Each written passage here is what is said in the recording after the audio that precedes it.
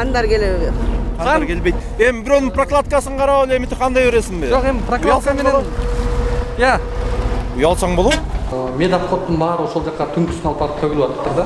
Хорошо, бул боюнча мына государственный санитарный врач.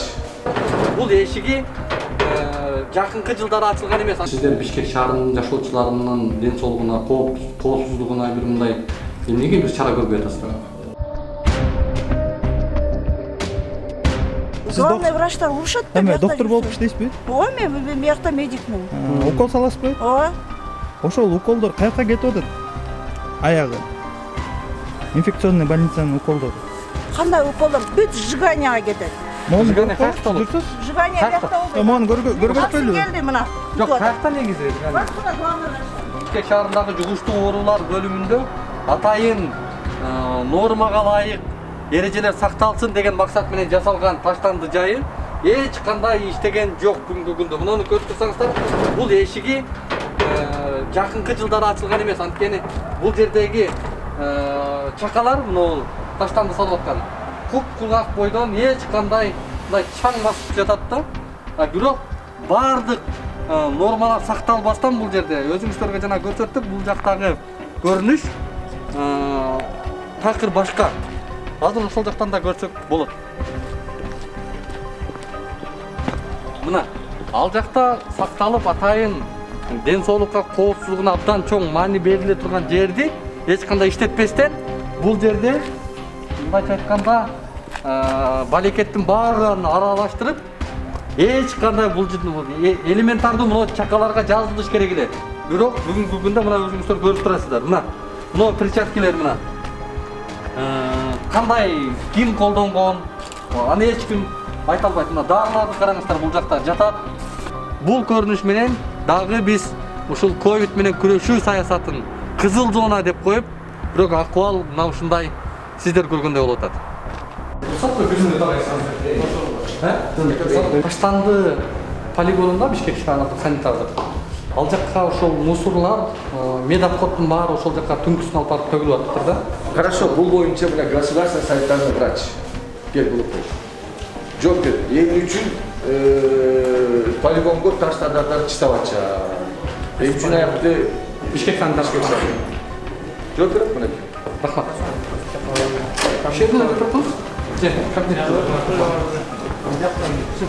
Бишкек санитардык полигонуна кайсы медобходдор бар? Санитардык эмелерге бул жанагы шприц, плазма.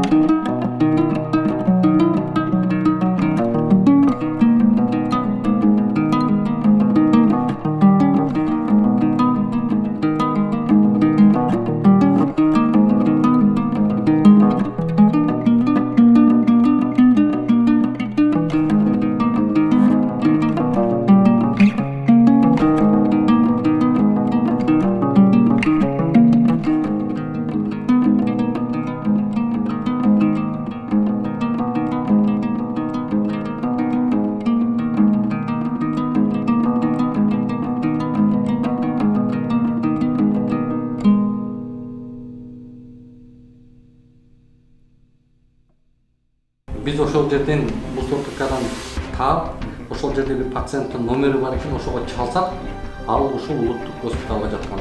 Улуттук госпиталга. Эми мына ушундай жагдай болот. Ал жакта 200-гө жакын адам иштейт экен мусордо. Андан сырткары ал жакта эч кандай санитардык талап жок, норма жок, сакталбайт ал жакта. Анын жанында жаңы конуштар бар. Ал жерден адам келип атат. Эми мына Бишкек шаарында шочларына бул обеззараживать этип, полный дезинфекция кылып туруп, анан кийин только эле төгүп. Ага чейин бүгүнкү күндө канча нарушениени таптыңыздар ошол жакта? казыркы күндө так маалымат бербейм. Себеби дегенде аны Бишкек шаарынын санэпидемия станциясынан башкарууну сурап турган. Азыр бизге айтсаңыз болобу, ошо санатордун башчысына барып маалымат алсак болобу? Болот. Шарт түзүп бере аласызбы? Анда чалбайбыз, а? Чалбай элем. Алло, салам алейкум. Кубануулан, сиз жумуштасызбы? Жумуштасызбы дейм. Азыр сиз журналисттер менен барабыз. Айбек деген помощник деген билесиң да. Ошого жана утилизация боюнча жооп берип койчу. Бишкек шаары боюнча. Национальный госпиталь, анан кийин эме инфекционный больница. Хорошо? Жок, сен жооп берип кой, анан кийин барышат. Хорошо? Сыртты мен карай албайм. Биз деген медицинский учреждениебиз. Биз деген ичинде бир жерде Эми ошондо шаардыктарга айтып койсоңуз да, негизи таптакыр барбаш керек ал жака. Медотходдор. Утилизация болбой. Утилизация болуп барбаш керек. Свалкага, общий свалкага барбаш керек. Жанагы ылдый жактагы жибек жолдун эме объезднойдун ылдый жагындагы свалкага аякка медотход барбаш керек. Мына. Аны частный клиникалар жөнөтүшү мүмкүн. Ыргытып баягы. Жок, мамлекеттик эле медициналык мекемелерден барып атат ал жака. Түнкүсүн алып барып төгүп атышат бүгүн. Реалдуу факт ушундай, биз көрдүк. Жок. Биз барып тартып келдик, ишенбесеңиздер көрөсүздөр жакында. Жок, анда мындай кылгыла. Мен силерге бир совет ачык эле айтайын. Анда если медицинский учреждениялар төгүп атса, каждый руководитель, мен айтам, ар бир жетекчи өзү жооп берет. Анда уголовный дело, прокуратурага, милицияга кайрылып, мондай болгон факты, видео съемканын баарын берип, анда ошол кайсы эмеден төккөнү бизде, допустим, санэпидемия станцияда операция болот да. Биз деген ковид анализ кылабыз, ПЦР кылабыз, эмени кылабыз. Бирок мусор боюнча жана сырттагы эме боюнча мусоркаларга биздин сотрудниктер кире албайт. 15 жыл, 16 жыл мурун бөлүп алган биздикинчи. Илгери Советтер Союзу маалында санэпидемия станция бир Машина менен алып барып медотход төгүп атат тоннасы менен. Частный компаниядан сүнтүп чыгабы эле бул. частный компания Текени бир кичинекей компания сүнтүп мусор чыгармак беле. Бул жалпы чогулган мусорлар медотходдор. мен азыр силерге биздин отходдорду көрсөтпөйм. Биз, допустим, договор түзүп. Полигонго алып барып төгүп атат машина менен. Водители каяктан алып кеттиң деп отур. Айтпайт да алар. Водитель айтты, Мамакеевден алып келдим деди. Бир водитель айтты, национальный госпитальдан алып келдим деди. Ну, машина менен. Да, эко-комплекс менен бүт барын договор. Ана договор эмес, балекет болчу деле монда барбаш керек да. Эч кандай медотход келбейт деп атат. Биз көрсөтүп, далилдеп берип атабыз. Биз официально кабыл албайбыз. Договор түзбөйбүз. Маскалар, бахилалар турат мына. Перчаткилер турат, тетиги кандарды караңыздар. Кайсы кан? Тетигиде турбайбы? Кандар келеби? Кандар келбейт. Медициналык. Эми бирөөнүн прокладкасын карап эле эмитип кандай бересиңби? Жок, эми прокладка менен. Я, Уялсаң болот. келбейби бул жака? Кана, Медотходдор келбейби? медотходко бизге запрещено. Анда биз аларды далилдеп көрсөтүп беребиз. Эгерде медотход келсе, биз фиксировать этип СИ менен тазалыкка эметебиз. Могу жериңерден бизге келди деп. Медициналык отходдор мына. Ошону эле жолун айтып берип койсо. Келиш керекпи бул жака? Медицинский отход келбеш керек. Кандай түрлөрү бар? Мына келип атат. Эмне үчүн силер медиктерди ызабайсыңар? Жок. Эмне үчүн санэпиднадзорду кош алып келген жоксуңар? Алар болек. Аларга дагы барабыз, биз барабыз аларгачы. Муну любой киши таштап салса болот. Үйдөн укол алды, мусор менен кошо таштап салды. Спид болуп калсачы муну? Иә. Спид болуп калса. Андай ошол таштап аткан киши жоопкерчиликти алыш керек.